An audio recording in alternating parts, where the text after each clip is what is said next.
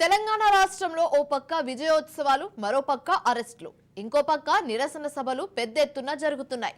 కాంగ్రెస్ అధికారంలోకి వచ్చి ఏడాది కాలం పూర్తయిన సందర్భంగా రాష్ట్రంలో ప్రజాపాలన విజయోత్సవాలను నిర్వహిస్తున్నారు. దీనికి కౌంటర్ గా బీజేపీ ఇప్పటికే కాంగ్రెస్ 6 హామీలు 66 అబద్ధాలు పేరిట రాష్ట్ర వ్యాప్తంగా నిరసనలు చేస్తుంది. ఇందులో భాగంగా ఈ నెల 7న హైదరాబాద్ నగరంలోని సరూర్ నగర్ స్టేడియంలో కాంగ్రెస్ ఏడాది పాలనపై బీజేపీ నిరసన సభ నిర్వహిస్తుంది.